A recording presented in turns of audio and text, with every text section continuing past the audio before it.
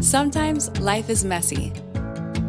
Have you ever wished you could refocus your mind, home, relationships, and work life?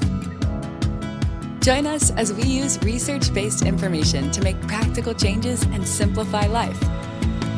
This is Life Simplified.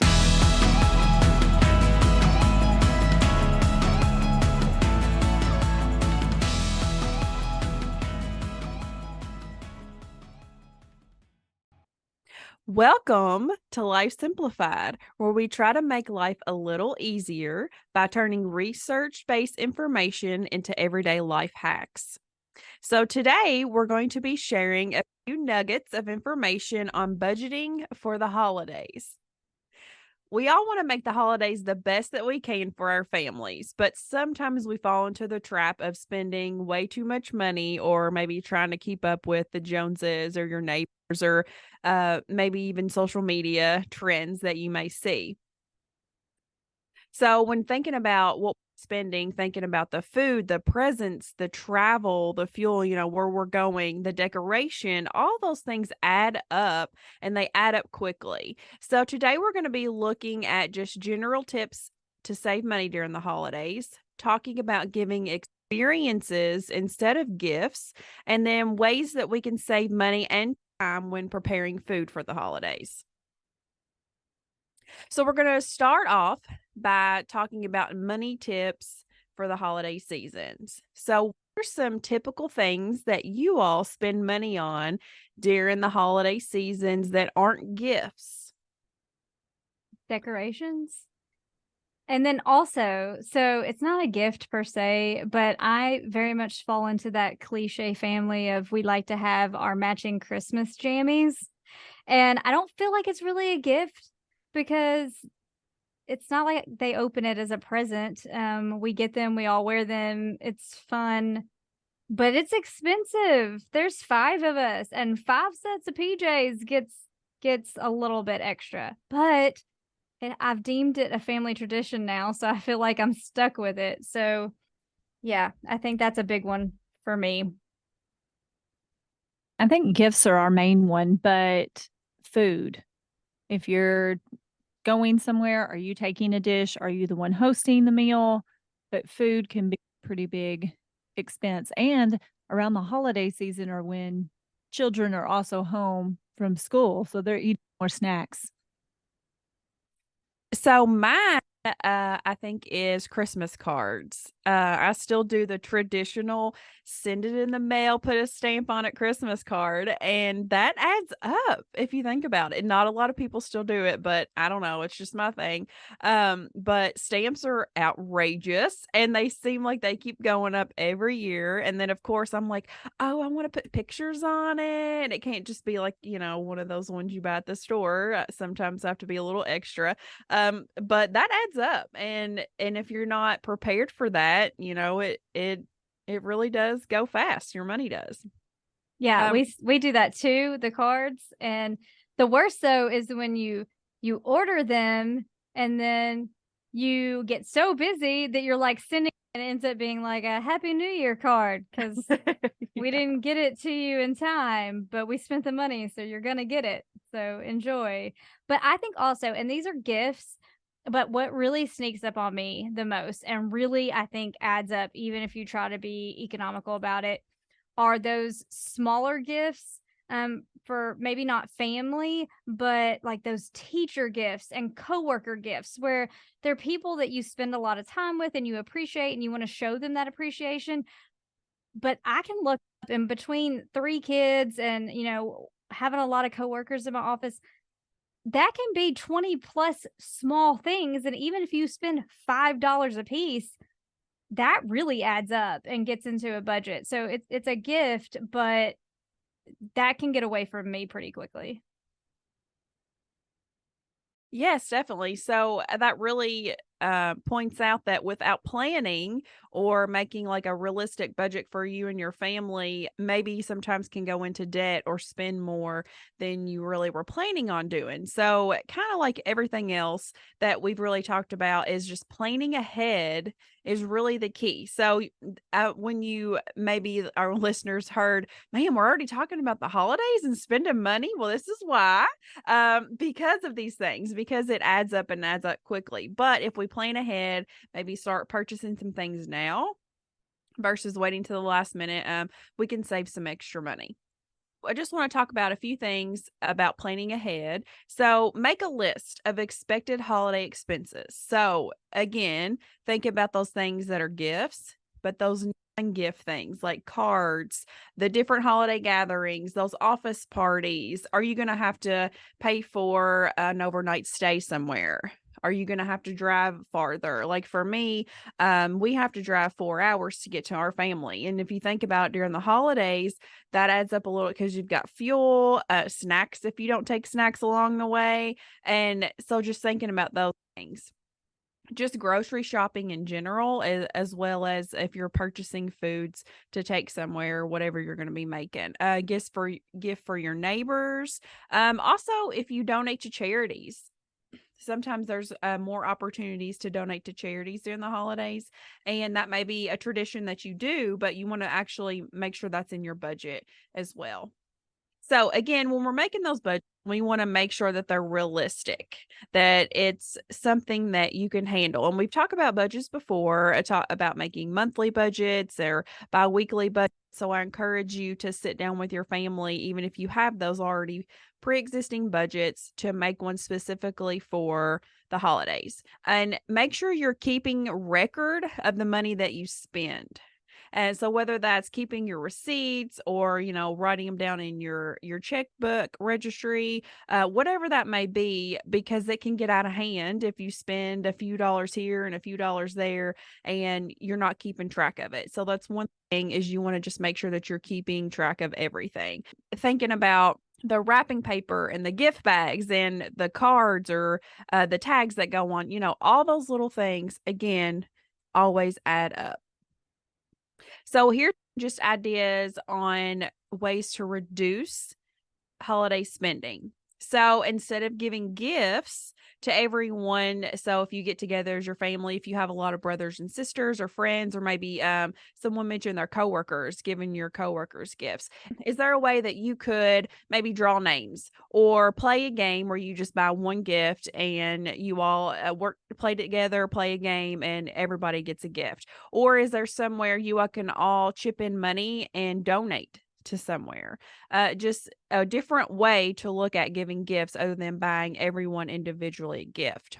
Could you have homemade decorations or something homemade that you could share with the people that you're giving your gifts to? Consider giving experiences, and we'll dive a little bit more into this in our next section, but just thinking about, is there something that you can do related to that instead of a gift? Or if you're giving them a gift, can it be a practical gift? So something that they really need, that they can use. It may not be something that they want, like clothes or socks. Sometimes you're always like, man, I really wanted something else. But if it's a practical gift, I think that my father-in-law is really good at doing that. He'll buy us like a gallon jug of windshield washer fluid for our cars. Like, I'm like, you know what? That's great because I will use it. So just gifts like that may be a little bit cheaper, but things that you can use, practical gifts. If you're a parent or a grandparent, can you put money into a savings account for your children or grandchildren, or a college fund, whatever it may be, different things like that. Just thinking outside of the box in ways that you can do this to just save some money and be more innovative. And then also thinking about, a lot of great deals happen. A lot of great deals happen usually right before the holidays or after the holidays. So right now, it's October, beginning of November. There may be some sales going on, or so just thinking about, is there things I can buy now that I can put back and save? Sometimes that can be hard if you're a gift giver. If you buy it and you're like, man, I want to give it to them right now, because that's me. I'm really bad about that. But also thinking about when Christmas or the holidays are over, can you purchase things that you can use next year? And that could be even the paper products like plates and napkins. If you like to decorations, buying those things right after that event happens, you can always save money that way. Yeah, I think buying after, especially decorations, is huge. And I will say we built our house a couple years ago. And so last Christmas was our first Christmas in our home. But the Christmas before, I knew we were moving in, and I knew I needed a new Christmas tree, a little bit taller one than what I had in my previous house. So I went and I bought my Christmas tree a whole year before I was ever going to even have a place to put the thing. But I got it like, I want to say it was like 65 or 70% off. And it's a really nice Christmas tree. We got to use it last year, and it saved us quite a bit of money doing that. So I do, especially wrapping paper, decorations, things like that after Christmas, or after whatever holiday you're celebrating. There's always better deals. I do that too, especially with wrapping paper. And all of my wrapping paper has been purchased previously. And I've found that shopping for gifts, if I see something that is on sale and it fits the person that I have in mind. But Amanda, I also have a really hard time not only avoiding giving it to them yet, but remembering later that I already purchased it. So this year I've already started shopping, and I've made a list of how much I've spent and what I have for them. And it's put away so I can't see it, but I can go to my list when I'm looking for all the other things and make sure that I remember to give that thing to that person. Yeah, exactly. And something we always make fun of my grandmother for this, but I was thinking about recycling. She'll always put bows on our presents, and we always take them off and give them back to her. And so it's always we always just laugh about it. We're like, make sure Mama gets her bow back, and then we'll try to figure out which gifts it was on last year that it was on this year. And so we do make a little fun of that, but it works and it saves money, right? Now we're on the topic of gifts, and just going back to what we talked about giving experiences instead of gifts. Is that something that you all have done before, or maybe just a goal that you all have of this year? Yes, I love this. We have so many things. Like, my kids do not need any things, and I really don't need any things, honestly, but I value experiences. Like, I think that that is what our memories are made of. So I like to do this. I have gifted things like gift cards to the movies, or to, whatever kind of theme places nearby, so that people can go experience and do what they want to do.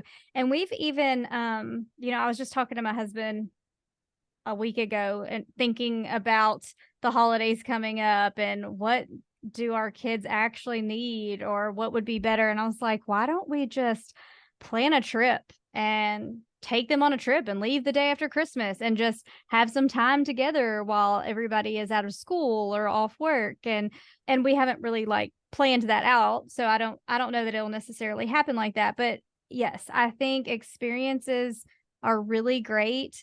And then also, like, thinking about grandparents gifting to grandkids, and the fact that we do have a lot of stuff and they don't typically need any more things.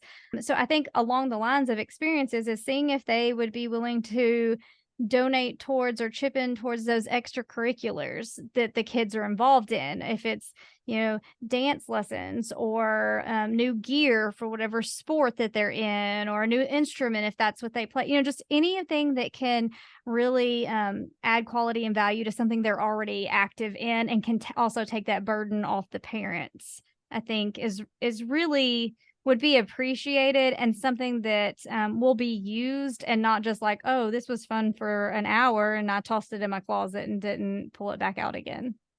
It's one of the things that I suggested to my parents, that they give our families experiences rather than toys or presents, because we are all have growing families, and we're all very different. And it's hard to know unless you are with somebody all the time, especially children, what they're into at the time.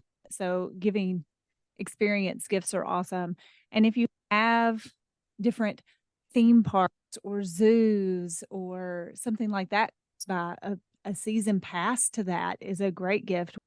Yeah, and I just remembered there's actually someone who's goes to church with me, and her parents for her kids for Christmas, they give them these basically it's like an envelope for every month of the year for the following year. And it's like a prize. There's something in it. And sometimes it's bigger, sometimes it's smaller, but it's all kind of like based around those experiential things that we're talking about. But it lasts for the whole year, and her kids get to choose when throughout that month they want to open that envelope and cash in whatever that monthly prize is. And she'll post it on social media, and it's so fun to watch her little boy be like, this month it was an ice cream cone, and the next month it was going to see this movie that I've wanted to see, and that next one it might be we're going to go putt-putt as a family, or just these different things that they can do. But also the fact that it's spread out over time, because I think we throw all of these things at each other this one time of year, and it's overwhelming and we don't really get to appreciate it. But the creativity behind that, I think, is really neat, and something that I think would be worth trying out. I just went and had a massage like a month ago that I had got for Christmas last year, and I almost let it expire. So keep track of the expiration dates. But I was like, it was nice. It was like you mentioned, you just said, a gift that lasts all year long. So I did wait a little bit longer, but I still reap the benefits of it. I'm a very practical far as gift giver, because I'm not one of these that I'm just going to buy to be buying. As you all know, far as listening to our podcast, I have 3 children, and then I have 2 bonus children. And one year for Christmas, our oldest son, he does no longer live with us. He has his own house. And my other 2 bonus children, they all have their own homes. So one year for Christmas, I bought toilet paper, paper towels, and some food products for them. And to last them for several months is what I done. Now I bought them other things that they liked, but that's what I gave them one year for Christmas. And that only helps them also not having to purchase them things along the way. And I also gave good fun stuff, but I really like the ideal of the gift giving far as experiences. I really wish that I had thought about that whenever my kids was small, because that would have been so much fun far as getting to experience that with them. But now I have a granddaughter and I have one on the way, so I can do that with her. So I'm excited about that. Yeah, exactly. And you all talked a lot about spending time together and those memories. And I found a poll done by CBS News in 2019, and the poll showed that 73% of the people who responded enjoyed spending time with friends and family compared to the 4% who received gifts. So, I mean, that was in 2019. And I know there's been a shift over the past couple of years, especially coming out of COVID, to spend time together. And so I think that really hits that point for that. And I just wanted to talk a few things about the benefits of giving experiences. It helps you create connections, like we've really talked about. It can help you enhance a sense of self, whether that's for you enjoying the gift and the experience that you are giving, or something maybe that you're receiving, as like I mentioned, like my self-care about a month ago when I did my massage. So they're less wasteful if you think about it. And one thing that we always enjoy, they're less stressful on us, because you can, if it's a gift card or something, so things like that, you can just go and get it and not have to shop and wait in lines and do those things. It's more convenient for you as the purchaser, of course. So that's always some little tidbits. And so here's just a few different ideas, some that we haven't mentioned yet, of experience gifts that you can give. You could do new skills, whether it's a cooking class or a music, if someone wanted to learn music lessons, writing classes, woodworking classes, giving someone a gift of learning a new skill. It could just be a gift card to stay at a new location, somewhere they've never been, a theme park, which we've mentioned, outdoor adventures, or indoor activities, which is great for those who have kids during the winter. If you were thinking about doing something like that, just a way to get out of the house and do something a little different. I actually did this one this past year, which date nights. I gave my sister and her husband a gift card to a restaurant they had never been to, and they just used it a few months ago. And, she just said, "Hey, we're using your gift card," and it was awesome. And so they enjoyed that night out to themselves and then to try a new restaurant. Learning a new language. Annual memberships, which we have mentioned before, museums, parks, zoos, different things like that. Or you could always do spas or facials or something like that. My mother-in-law is really good at, she always gives my husband like 5 haircuts for the year. She'll go and purchase. So then he can, just go get his haircut and not have to worry about it. So just thinking about the little things that we do use every day that you could give. So now we're going to switch gears a little bit and talk about something that we all enjoy, which is food. So food during the holidays is always a highlight for me. I'm sure it is probably for many of you all. Sometimes people have the traditional meals. Sometimes they've switched to the charcuterie boards or maybe even going out to eat, whatever that is. Just thinking about ways that we can save money and time when we're preparing these things. So, of course, the best way, as we've mentioned, is planning. That's the big word for holidays, I think, but just plan. So, planning your meals to minimize stress. So, can you all think of any tips or anything that you all use to minimize stress if you're planning a meal, or maybe even if you're just making a dish to take somewhere? At my grandmother's house, we have the same meal each year.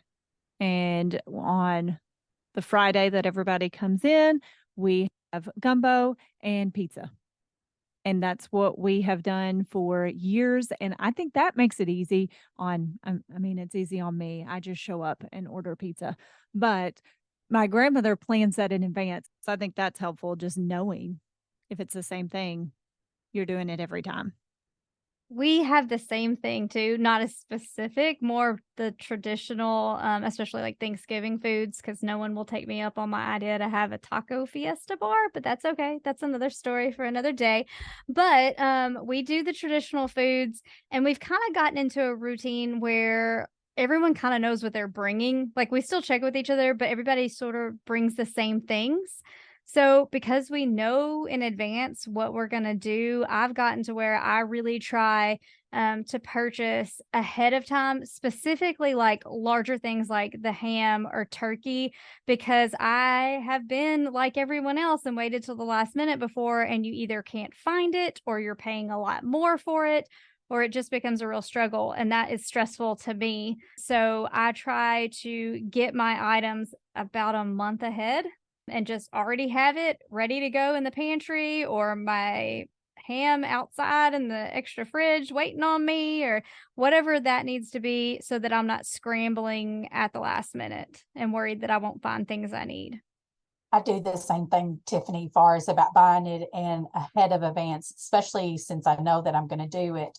Another thing that I started several years ago, my mom, we usually for Thanksgiving get together with her side of the family, with her brothers and sisters, and that I started taking off the day before Thanksgiving because she usually does the big brunt of the cooking a lot of times. And as she's got older, she can't do the things that she used to. So I always know the Wednesday before Thanksgiving, I'm taking off work, so I plan that. I plan to see, okay, what can I do, Mom, to take this off from you, even the day of Thanksgiving, the same thing with Christmas and that. So just trying to be prepare ahead of time and what can I purchase before, that day comes.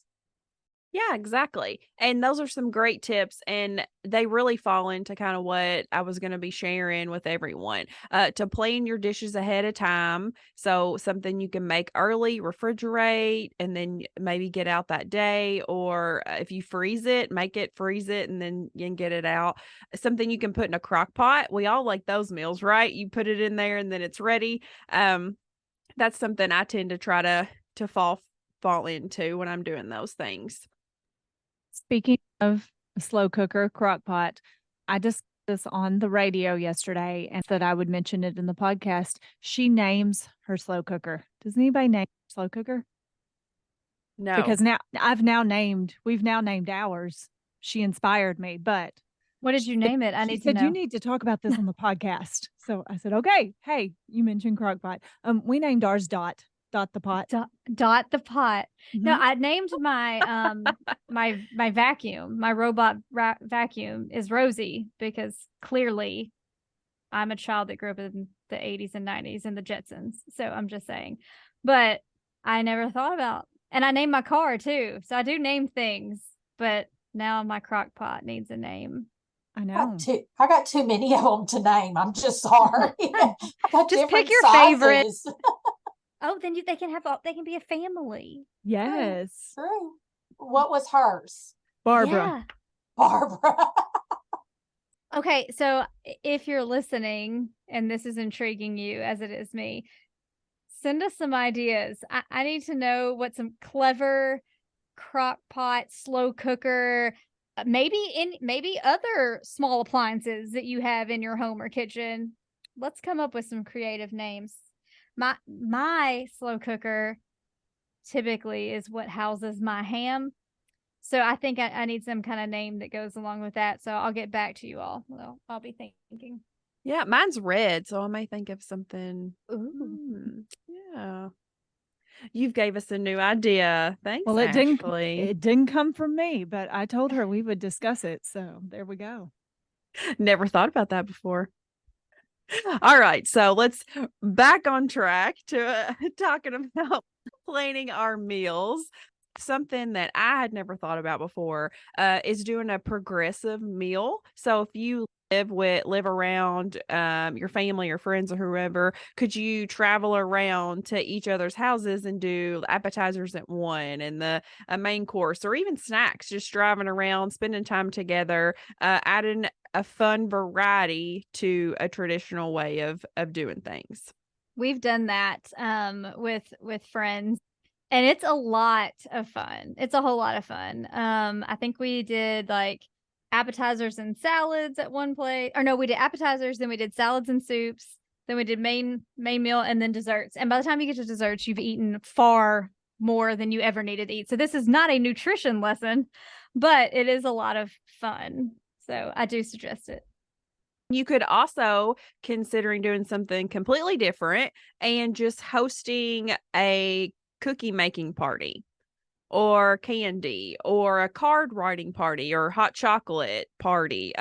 Just turning, and that way it's a little cheaper on everybody and you don't have to spend a whole lot of time in the kitchen preparing a lot of things. You can switch gears and do something different. You can always do a taco bar if that's something that your family's interested in doing.